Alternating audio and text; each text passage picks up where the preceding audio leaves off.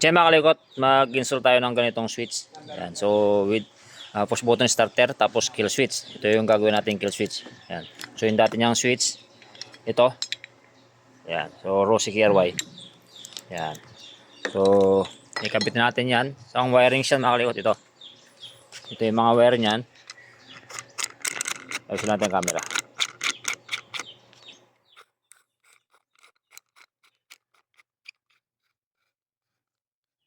So yan. So itong tatlong wire na ito mga kalikot. Yan. Itong yellow, red, tsaka brown. Ito yung wire ng para sa ating kill switch. Dito.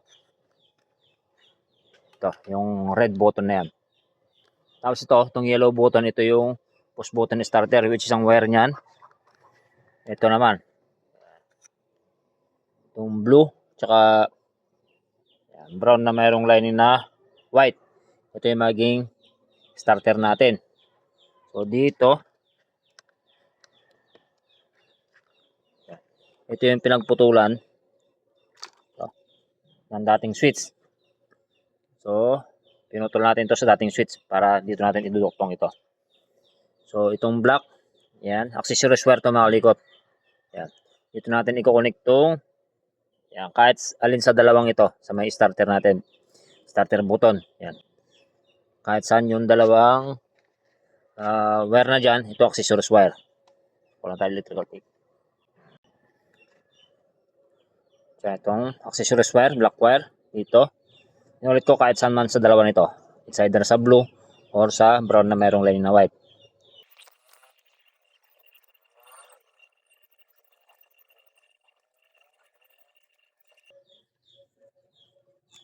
Okay. Tapos itong brown na mayroong lining na white. Yan. Dito sa Rusi.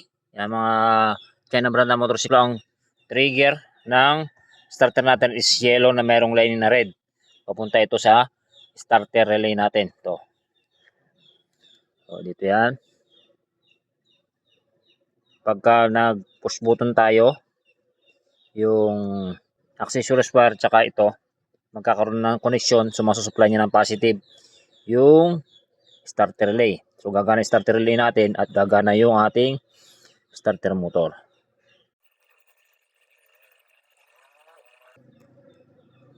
Okay. So, gagana na yung ating starter button yan. Try natin. Saksak natin to.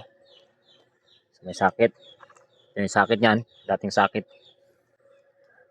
Try mo natin panda rin.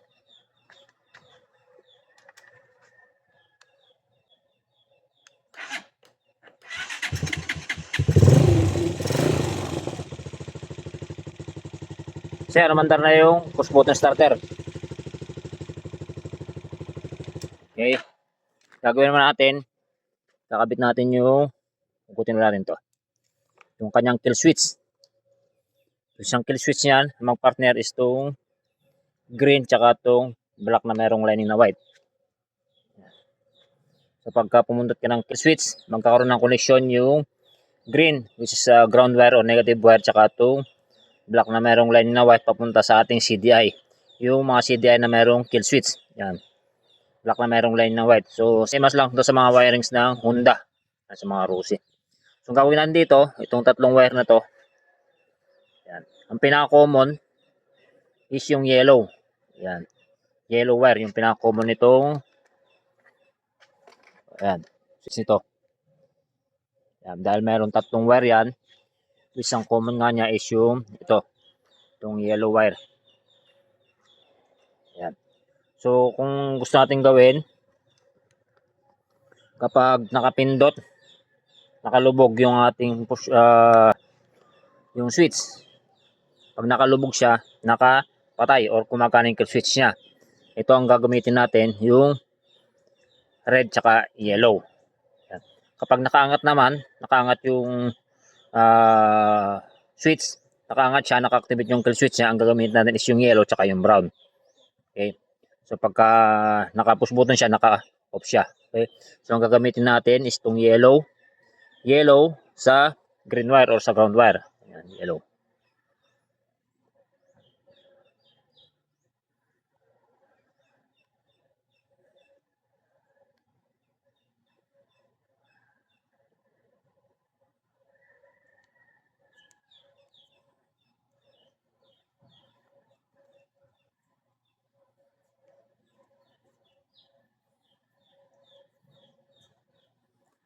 Okay, tapos tong black na mayroong line na white dito sa ating red.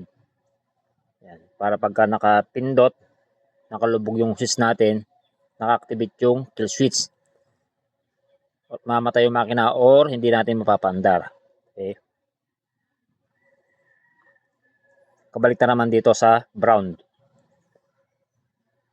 Kapag nakaangat siya, naka-activate yung kill switch. Nakaangat yung switch natin.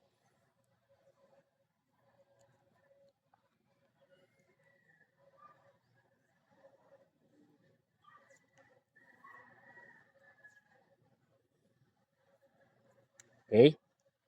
Tapos, try natin. Yan.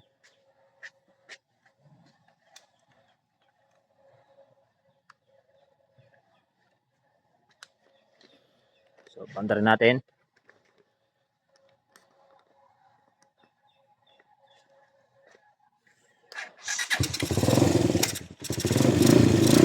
So, yan. Nakaangat yung kill switch natin. Nakaangat. So, pag pinindot natin to, pagka nakalubog ito, mamatay yung ating makina. So, naka-activate yung kill switch niyan. Hindi natin papaandar yan kahit anong gawin natin. So, dapat nakaangat yan. So, dito yon sa sinasabi ko kanina, pagka gusto mo naman naka-activate yung kill switch niya kapag nakaangat na ganyan, hindi natin papaandar kapag nakaangat na ganyan, ang gagamitin natin is yung brown. So, ganoon lang mga kalikot. So, okay na yan. Try natin eh. Okay. So, ganoon lang. Ka-basic. Kasimple mag-install lang ganitong domino starter switch with kill switch. Okay.